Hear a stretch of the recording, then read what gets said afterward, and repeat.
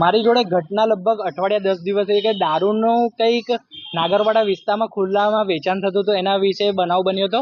અને જે મેં છાપતો હતો એ કારણથી બુટલેગરો દ્વારા મારા પર વારંવાર અવારનવાર હુમલો કરવામાં આવ્યો. 3 થી 4 વાર હુમલો કરવામાં આવ્યો.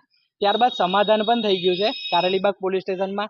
ને આ જે વિકાસ માછી છે ભોપલી કરીને, એ અવારનવાર મારી લોકોને એવું કહી રહ્યો છે કે હું સૌરભ નંદીને પતાવી દઈશ એવી ધમકી આપે છે. અને આ દીપેન બારોટ છે જે એ કંઈક ભાજપનો આગ્રણી છે એવું કંઈક સાંભળવામાં આવ્યું છે મને. હવે પ્રોપર ખબર નથી કે કયા આગ્રણી છે ને કયો હોદ્દો આપેલો છે. એને કોઈ હોદ્દો આપેલો છે એટલે એના ઇન્સ્ટાગ્રામ પર ફોટો છે કે એને ભાજપની ખેસ પહેરેલી છે એવો ફોટો ઇન્સ્ટાગ્રામ પર છે. તો અમારું કેવું એવું છે કે પત્રકાર સેફ નથી તો પછી આમ આદમી પાર્ટી કેવી રીતે, આમ દુનિયા કેવી રીતે સેટ થતી હશે, અમને એ વિચાર આવે છે. આ બુટલેગરો દ્વારા 3 થી 4 વાર મારા ઘરે હુમલો કર્યો. ને આ દીપેનને તો દીપેન જોડે મારો કોઈ કોન્ટેક્ટ નથી, કોઈ વ્યવહાર જ નથી. ને આ ગઈકાલે બનાવ મેં કરજણ ગયો તો કરજણથી મારા ઘરે આવ્યો ત્યારે એમને ડાયરેક્ટ આવીને મારા ઘરે ગાળાગાળી કરી, મારા વાઈફને ગાળો દીધી, મારા મમ્મીને ગાળો દીધી.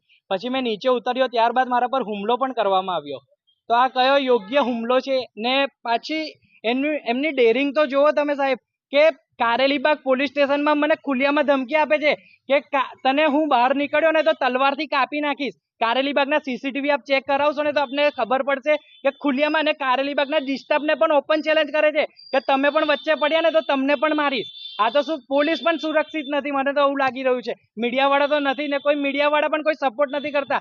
જ્યારે આજે 24 કલાક થઈ ગયો ને ત્યારે મીડિયાએ મને સપોર્ટ કર્યો છે, એમનો પણ હું ખૂબ ખૂબ આભાર માનું છું. અને પીઆઈ સાહેબનો તો મેં આભાર માનું છું, કારણ કે જે પીઆઈ સાહેબે મને સપોર્ટ કર્યો છે ને એ કારેલીબાગ પોલીસના તમામ કોઈ સ્ટાફે સપોર્ટ નથી કર્યો.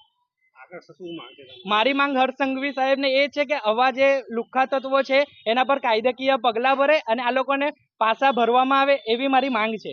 તમે હવે જે રીતની વાત કરી કે ભાજપના અહીંયા કઈ કાર્યકર છે એવો કઈ પુરાવો કે પ્રૂફ આપણા મોબાઈલમાં હોય તો અમને બતાવી દઉં, મેં બતાવી દઉં. અમારા દર્શક મિત્રોને મેં ખબર પડે કે આવી રીતે લોકો કેસ નાખીને એની આડનીમય આવા ધંધા કરે છે, ગેરકાયદેસર ધંધા કરે છે. આપ જોઈ રહ્યા છો એ પ્રમાણે એનો કેસ નાખેલો ફોટો છે કે જે ઇન્સ્ટા પર અપલોડ કરેલો છે.